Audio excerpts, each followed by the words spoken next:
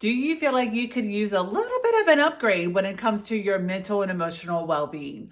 What about your social well-being? Right? So there's like the bucket of mental and emotional, and then there's a bucket of social. But in this video today, I'm gonna put all of those together. Okay, I'm gonna put all three of those together because I think they definitely interact with each other for sure. So if you are brand new to my channel, September this month, my YouTube videos are on 5 key areas of well-being. So that's what the theme is for September. And I'm happy that you found this one because this topic, mental, emotional, social well-being, is a huge pain point for a lot of people. I mean, just to ask yourself, and I'm not trying to like stir anything up. I really just want to have an honest, like real heart-to-heart conversation here. Think about your day-to-day relationship with yourself, which is really going to be a product of your day-to-day relationships with society and with other people in your life. Okay? So maybe let me ask you this way. On a scale of 1 to 10, how do you feel you are doing mentally and emotionally? Are there some people in your life to where you're like, man, I really need to have some better boundaries here? Are there some situations, maybe it's with work, to where you're like, oh my God, I feel so overwhelmed. Maybe you are like in understanding, okay, this is my job, this is my responsibility, these are my tasks, this is my description, this is what I need to do. I know that. But is it really supposed to be at a cost of my self-care? Is it really supposed to be at a cost of me gaining 20 pounds? Is it really supposed to be, working this job, this in this field, whatever it is you do? Ask yourself, okay, how I'm working, how I'm showing up, is this really how it has to be, to where I'm not having time to take care of myself, to where I just feel like completely disrespected and disregarded in some of my work relationships, and to where it's like, is it normal to be working and being fearing my job and putting in 15 hours a day? And I'm not saying I'm not just pulling this out of my butt. Like, this used to be me when I was in the insurance and finance industry. And I'm so glad that I got out of it. Like, I'm not completely out of that industry. That's another business I have. I do it completely on my terms now, thank goodness, which is super duper part-time some of the time. And I just remember like how I would completely betray myself, put myself on the back burner, my mental, my emotional, my physical, my social health, all the things, all of the key areas of the 5 well-being that I am talking about in this series this month of September. That all used to go last, right? And then when I hit rock bottom almost 9 years ago, discovered what life coaching was, got myself a life coach. Don't regret paying the amount of money that I paid for that first coach, and then all the other coaching beyond, to now really having this good, not to be like cliche, but like this good balance of my mental, emotional, and social well-being when it comes with clients, when it comes to other people who are in the same industry as I am, to where I'm not comparing myself, and to where I've really gotten good at prioritizing myself as a woman, my self-care, and also so I can like be a good mom, good friend, good coach to my clients, good sister, okay, good wife, right, to my partner.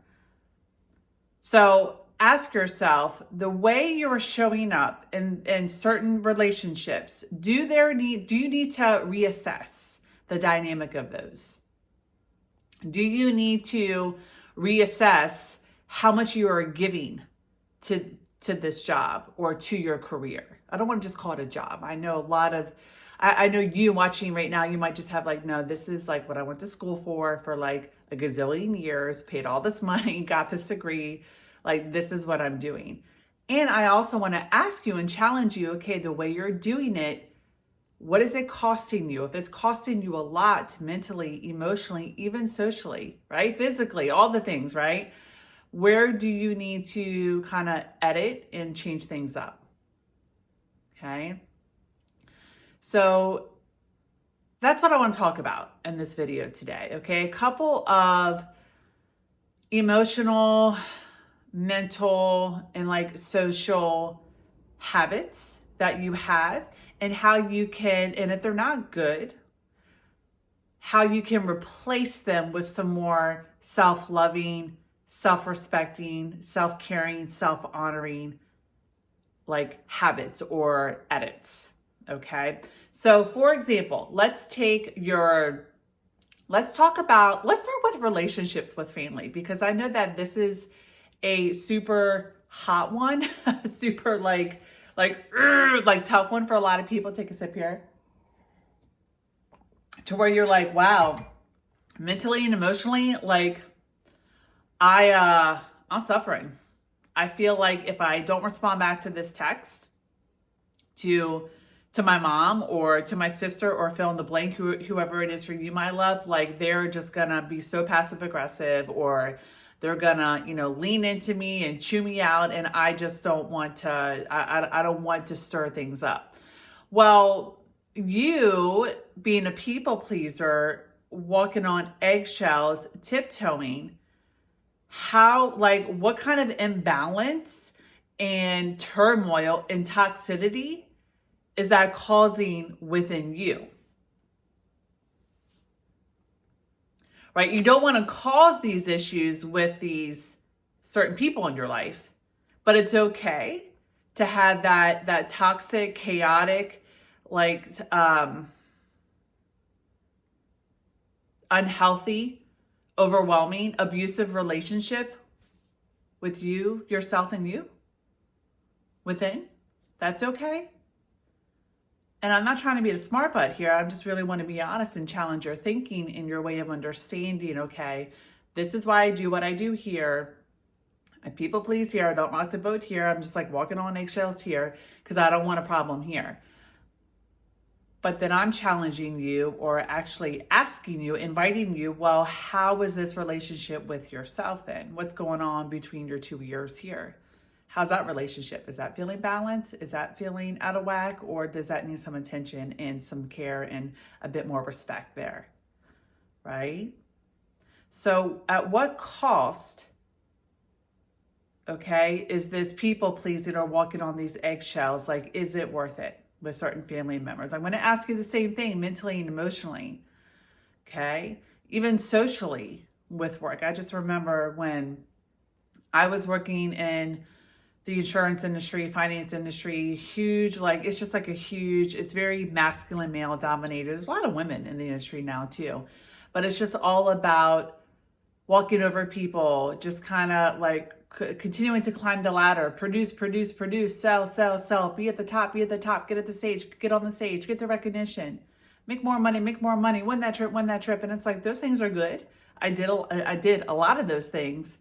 And I look back at that part of me, this was like 10 years ago, and I'm like, wow, I was overweight. I was always breaking out. I was in one dysfunctional romantic relationship after the next. And I just had no idea who I was. I just had these relationships where they were so conditional based on my performance. And no matter how much I achieved, how much money I made, how many trips I would win, how often I got on that stage each year at the major conferences, I never felt happier. I never felt safer. I never felt relaxed. I never felt like just content within myself and my body and in my mind. I actually had no freaking clue who I was. And I share that story because it's like, do you see yourself in that? Is that how you are showing up and performing in your career right now? And how is that working for you? Right? The money, the nice things. I mean, have those. I like that stuff too. I like having my needs met. I like doing trips. I like having, some nice clothes that I feel really good in. I like nice stuff I do. But not to where it was killing me inside. So I'm going to put that there with you. Ask yourself, is it worth it? you continuing to strive, prove yourself, just let yourself go for these accolades?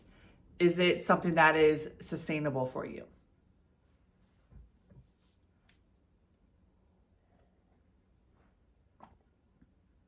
And also socially, I want to ask you, kind of, I keep saying challenge you. I don't want to challenge you.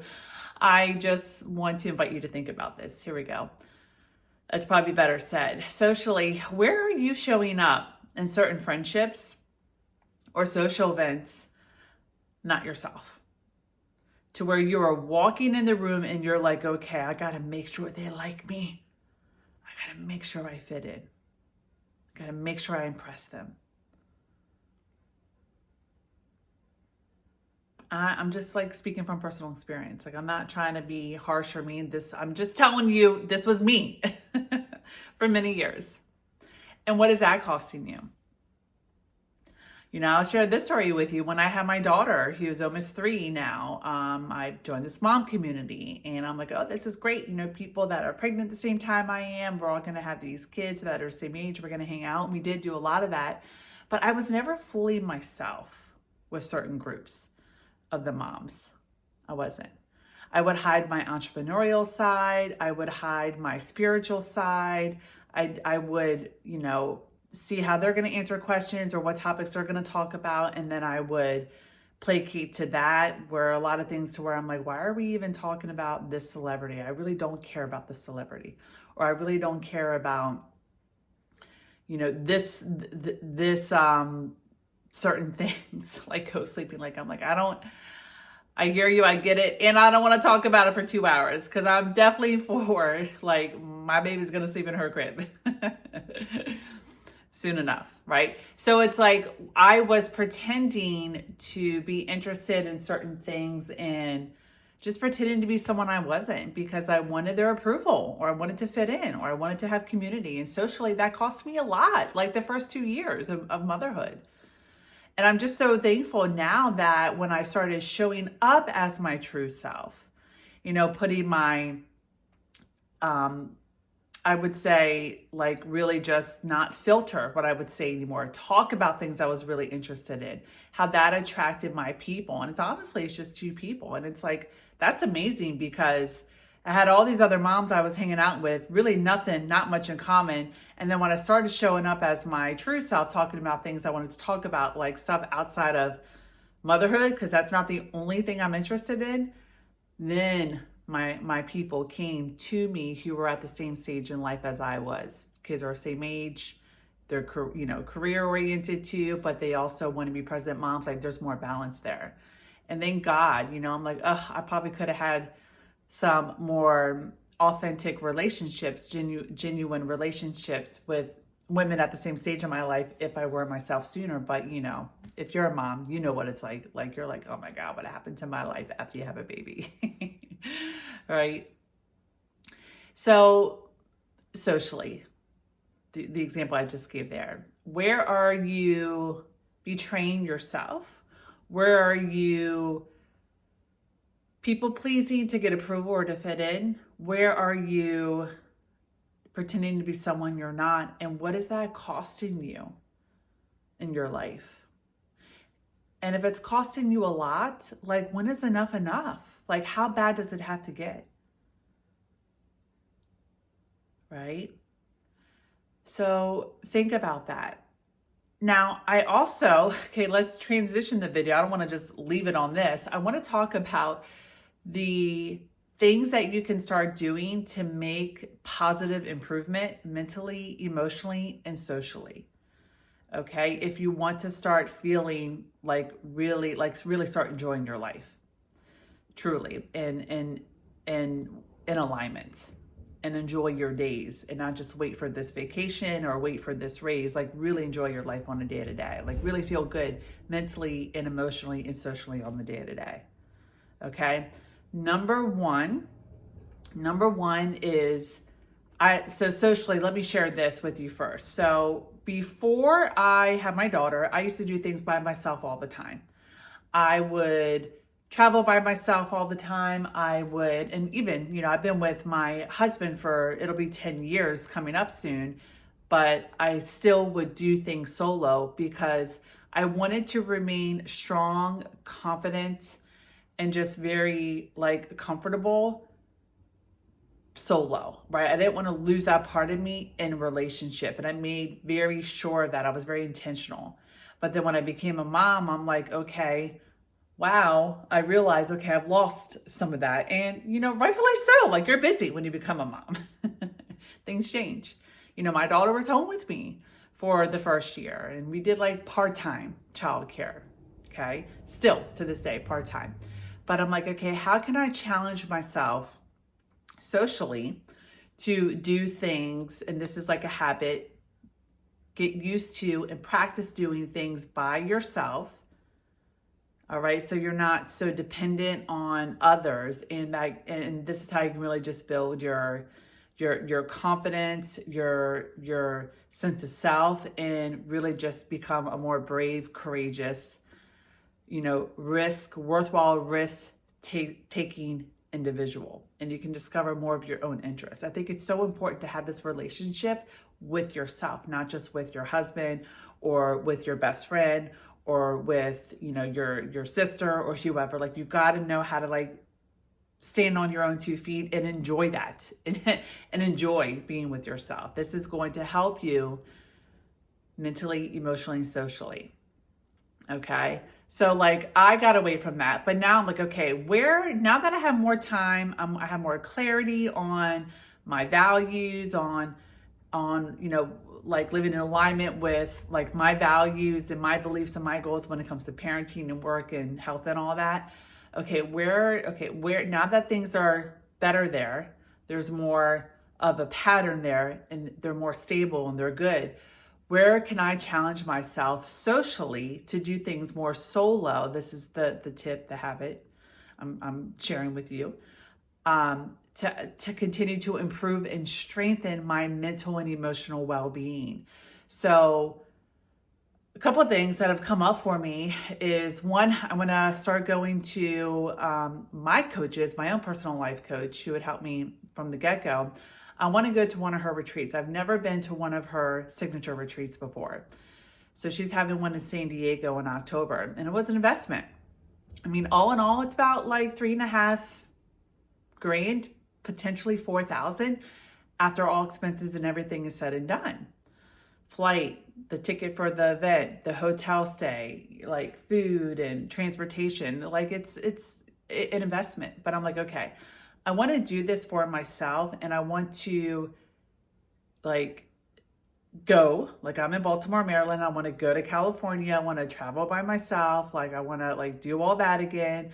And I want to be in this room to where, yes, I'm going to meet other women, but this is still like a solo journey and adventure I'm doing with me, and I'm going to meet people there, which is great. I'm like, okay, I want to do that. I am worth that. And I'm at a stage in my life to where I want to really just continue to grow, evolve in all the areas of my life. So I'm going to that in October, and I made that investment. Another thing, I'm like, okay, what can I do to challenge myself socially to continue to grow my confidence and just, this good standalone relationship with myself? What can I do that to where I don't have to spend all this money, but maybe spend a little money? What are some activities, right? Because I used to enjoy going to the movies and, going out to, like the movies and like going shopping, but I'm not really interested in that anymore. I don't want to go to the movie theater and have the popcorn anymore. I like reading now more.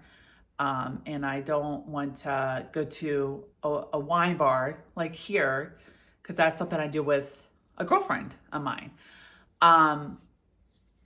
But okay, I enjoy wine.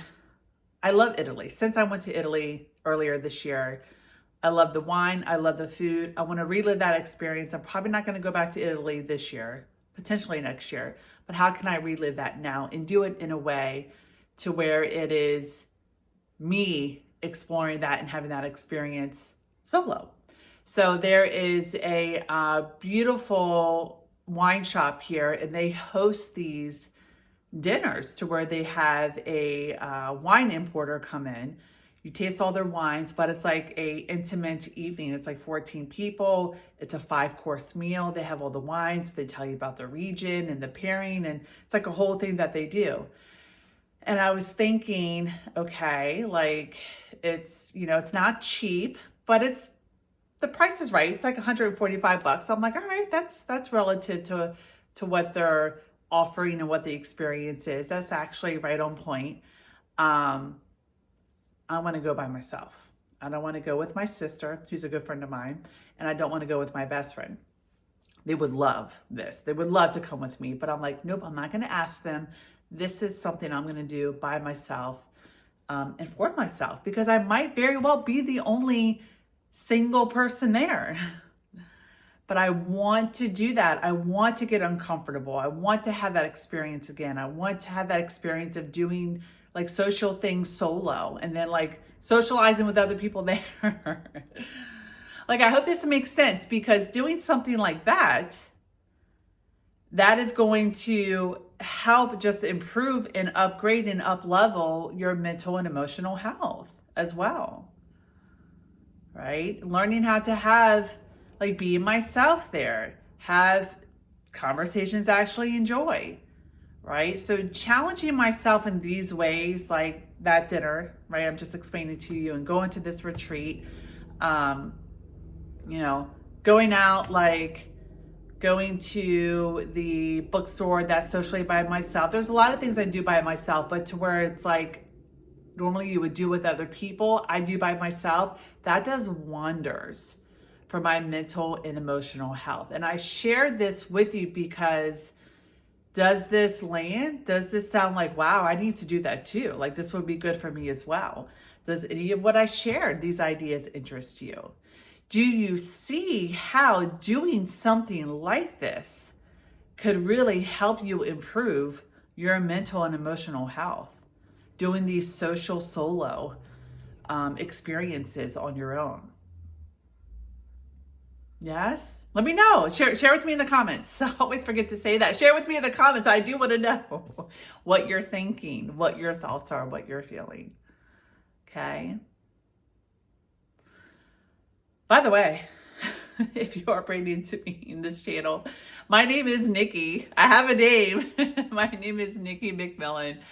I am a life coach for women. A lot of the stuff that I help my clients with, a lot of my clients, by the way, are single. They are in their 30s, 40s, and 50s. They struggle with healthy relationship. They struggle with calling in healthy relationships with low self-worth, and with getting outside their comfort zones and having some not so great dynamic relationships. So if that's something that's been an area that you've been struggling with for a while, you might be interested in learning more about my signature program if you're at that stage in your life, to really get that one-to-one help and guidance, and direction and clarity. And you can visit my website if you're interested in learning more on how to work with me personally. If what I'm sharing with you in today's video, really just all my other videos, is speaking to you, it's landing, you're like, okay, I like this girl, like we can work with each other beyond YouTube, just FYI. Was this helpful today? Was it helpful today? Let me know. September is a topic all on well-being, the 5 areas of well-being, how to really up-level it and improve it. I also created a free PDF download, okay, about how to, it's a self-care checklist. I'm giving some tips on what you can start practicing on a day-to-day, very practical, simple, sustainable tips, habits, advice. Print it out. If you want something to print out, actually tangibly hold, look at, to help guide you through, like replacing some like self-betraying or like just kind of not prioritizing yourself, habits and patterns. Print that out. Take one a day or one a week and start practicing it. I bet it will help and make a difference. And that'll get you on my email list. So you'll get, good inspiring emails from me each week. And also notification of when my YouTube videos come out. Okay. All right. So I'm going to stop rambling. I appreciate you sticking with me today. I hope this was helpful for you. in many ways. And I would love to know what you're taking away from my share here today. Please let me know in the comments, okay? And join me next week. What am I talking about next week? Spiritual and purpose-driven well-being. So subscribe, turn the bell notifications on, and you can join me next week for that video. But I really would love to know how this video landed with you today. If it was helpful, what's one key thing you're taking away? Please share it with me in the comments. I would love to know. All right, babe. Thanks for watching, and I will see you next week. Bye for now.